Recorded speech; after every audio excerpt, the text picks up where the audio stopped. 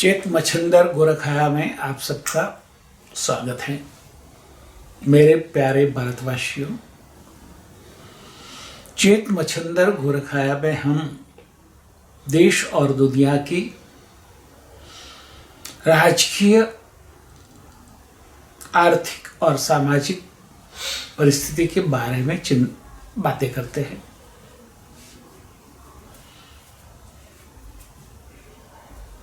आप सबको डिवाइन महाकाल की ओर से, प्रज्ञा महाअवतार बाबा जी की ओर से, गुरु माँ की ओर से और मेरी ओर से ढेर सारे आशीर्वाद। सुखी रहो, खुश रहो, राष्ट्रवाद के लिए काम करो, सनातन धर्म की संस्कृति को संभाले रखो और जीवन में आगे बढ़कर सुख शांति और समृद्धि पाओ। आज की परिस्थिति हम देख रहे हैं कि दुनिया के कई देश नहीं मगर सारी दुनिया भारत के विरुद्ध में हो गई है। भारत को कैसे आगे बढ़ने से रोकना, भारत को नंबर 1 बनने से रोकना और भारत जहां है वहां ही रहे, उसके लिए प्रयत्नशील है। और कमनसीबी है हमारी कि हमारे विपक्ष, हमारे देश के सो कॉल्ड बुद्धिजीवी उसमें रोड़े अटका रहे हैं। अभी एक रिपोर्ट आया था कि पूरे विश्व में जो देशों की इकोनॉमी कोविड के बावजूद आगे बढ़ी, उसमें भारत का क्रम चौथा था। पहला अमेरिका, दूसरा चाइना, तीसरा इंडोनेशिया और चौथा भारत और पांचवा रशिया। उसमें बताया गया था कि यदि भारत में आंदोलन नहीं होते, शाहीन बाग नहीं होता, किसान आंदोलन नहीं होता, तो भारत शायद दूसरे नंबर पर होता। शायद नहीं, दूसरे नंबर पर ही होता। मगर हमारी कमनसीबी है कि हम दुनिया के विचारों को समझते नहीं हैं और उनके हाथ के खिलौने बन जाते हैं। आपको शायद ये जान के भी दुख होगा कि हमारे कई सारे राजकारणी, कोई अमेरिका पिट्ठू है, कोई चाइना का पिट्ठू है, कोई रशिया का पिट्ठू है, तो कोई यूरोपियन कंट्री के देशों का पिट्ठू है। न्यूयॉर्क टाइम्स में एक आर्टिकल प्रसिद्ध हुआ कि मोदी को आगे बढ़ने से रोको, वरना भारत नंबर 1 पे आ जाएगा और सारे देश भारत के पास अपनी जरूरियात के लिए पहुंचेंगे। और मोदी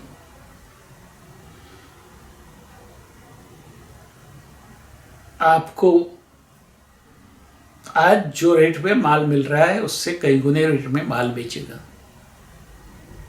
इसमें कई अतिशयोक्ति भी है, मगर इतना तो सही है कि सबने स्वीकारा है कि मोदी जी के आगेवानी के हेठल भारत आगे बढ़ रहा है। भारत में राष्ट्रवाद पुनः जागृत हो रहा है। मगर कम नसीबी है राहुल गांधी केजरीवाल, ममता बनर्जी, अखिलेश यादव, असुद्दीन ओवैसी, शरद पवार, शिवसेना, उमर अब्दुल्ला, फारूक अब्दुल्ला, लालू यादव, उससे भी आगे बढ़े तो स्टालिन, चंद्रशेखर राव, जगन रेड्डी, ये सब देश को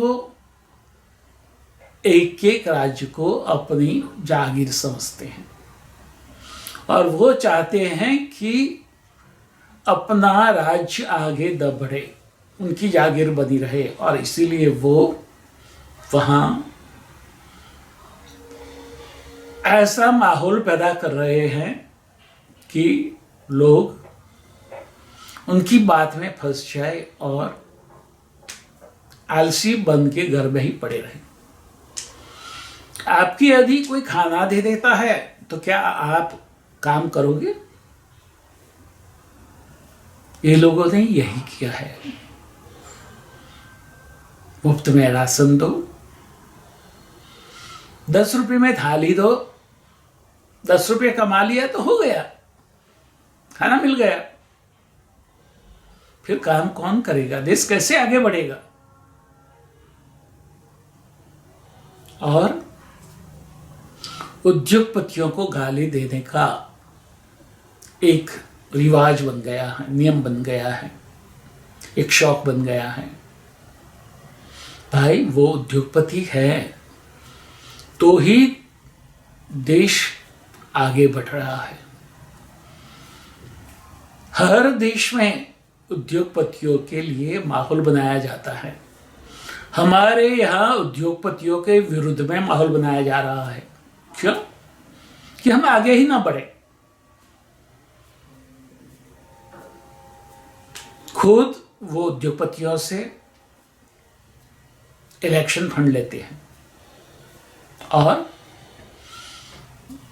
पब्लिक में ऐसा दिखाव करते हैं कि वो उद्योगपतियां देश को लूटते हैं। अरे भाई, उनकी जो आमदनी है उसमें देश का हिस्सा कितना है और दुनिया का हिस्सा कितना है वो तो देखो। हम अपने आप को नीचा समझ रहे हैं। हमारी राष्ट्रभाषा हिंदी बोलने में हमें शर्म आती है। हमारे कई राज्यों को हिंदी बोलने पर शर्म आती है और उनको हिंदी नहीं सिखाकर अपने राज्य के लोगों को हिंदी नहीं सिखाकर देश के माहौल से अलग रखना चाहते हैं। ये बात भी समझ लेना जरूरी है। हिंदी का विरोध वो देश की भाषा है इसलिए नहीं हो रहा है, मगर वो देश को जोड़ती है और सब जुड़ जाएंगे तो जो प्रादेशिक नेता है उसकी वैल्यू खत्म हो जाएगी। इसी वजह से हो रहा है।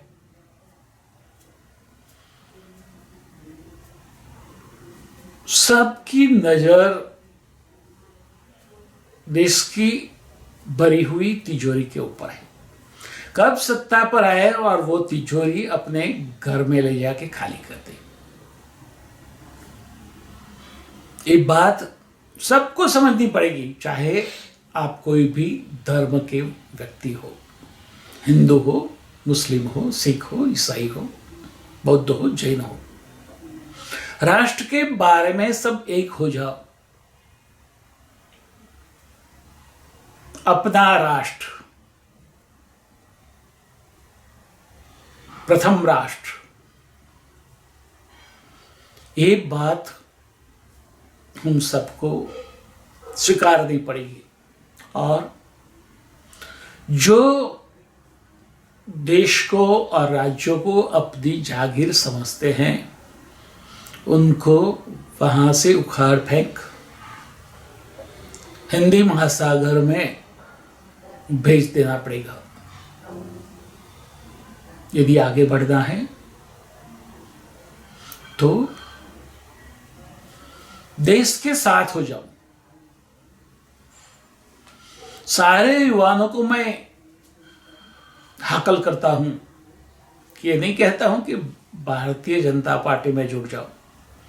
आपका जो विचार है उसके अनुरूप जो पार्टी काम कर रही है वो पार्टी में जुड़ो और पार्टी का माहौल बदलो। आज ये 5 राज्यों में इलेक्शन चल रहा है।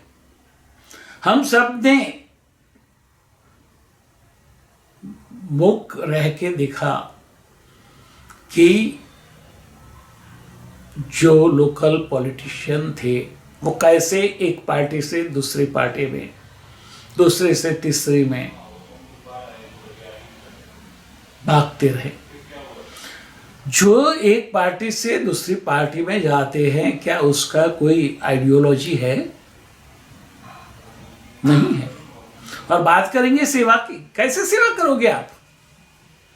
आपका कोई विचार ही नहीं है तो आप सेवा देश की कैसे करोगे?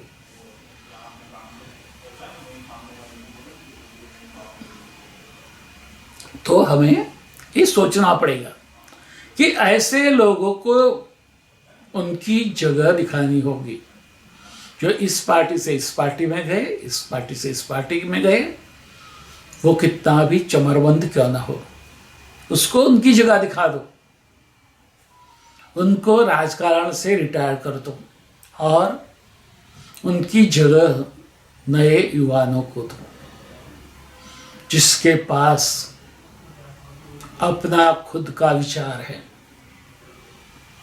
अपनी खुद की काम करने की दगश है और वो काम करना चाहते हैं देश के लिए। जाओ, जुड़ो और देश को आगे ले जाओ।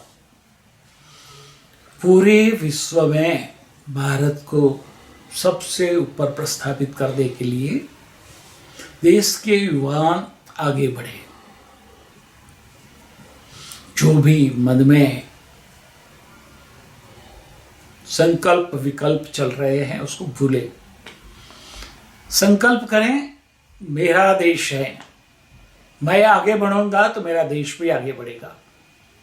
कैसे आगे बढ़ना है, कैसे काम करना है,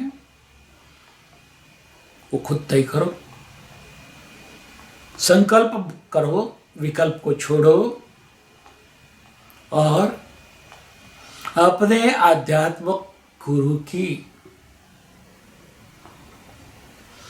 आज्ञा और ज्ञान के हिसाब से जीवन जीते हुए देश के प्रति अपनी वफादारी दिखाओ। कुछ नहीं करना है, देश हित के बारे में सबको एक हो जाना है। मगर आज के राजकारणियों में 1% ही ऐसे होंगे जिसके दिल में देश हित है।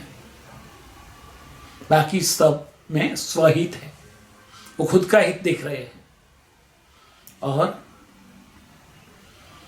खुद के हित को आगे ले जाने के लिए आपको मिसगाइड करते हैं,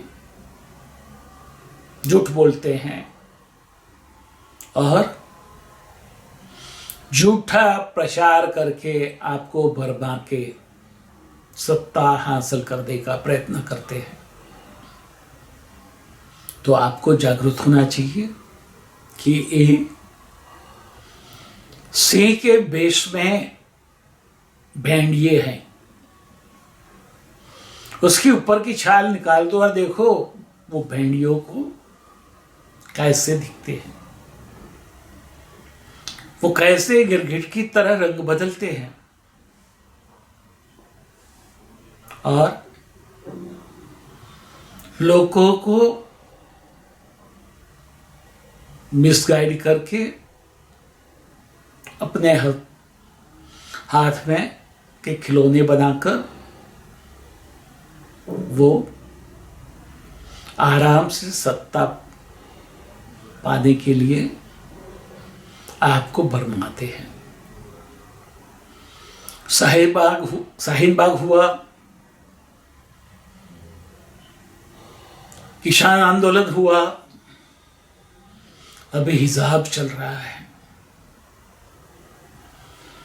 अभी जरूरत है पूरे देश को हिजाब को स्वीकार करने की। अपनी बहन बेटियों को भी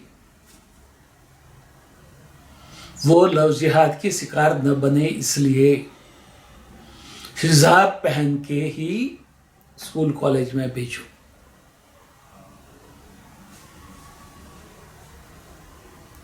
न्यायतंत्र का आदेश तो जो आएगा वो आएगा, मगर जो हवसखोर प्रजा है, कोई धर्म हवस नहीं सिखाता, और जो हवस सिखाता है वो राक्षसी धर्म है। तो वो हवसखोरों की शिकार आप हमारी बहन बेटियां न बने, इसीलिए उसको भी हिजाब अपना कर आगे भेजो, स्कूल में भेजो, ताकि कौन हिंदू है कौन मुस्लिम है वो पता ही ना चले।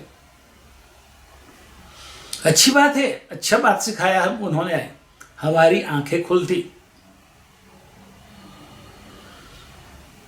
वो बच्चों न्यायतंत्र का अपमान कर रहे हैं और अभिव्यक्ति के आजादी के नाम पर बुद्धिजीवी वर्ग उसको सपोर्ट कर रहा है कि अभिव्यक्ति की आजादी है। देश नहीं रहेगा तो आजाद आप कहाँ रहोगे? ये हिंदुस्तान है, ये इंडिया नहीं है। हमें उसको इंडिया बनाया है तो इंडिया को पुनः हिंदुस्तान बनाना है, और हिंदुस्तान को बृहद हिंदुस्तान बनाना है, और बृहद हिंदुस्तान को बृहद आर्यव्रत बनाना है। जय हिंद, जय जवान, जय किसान।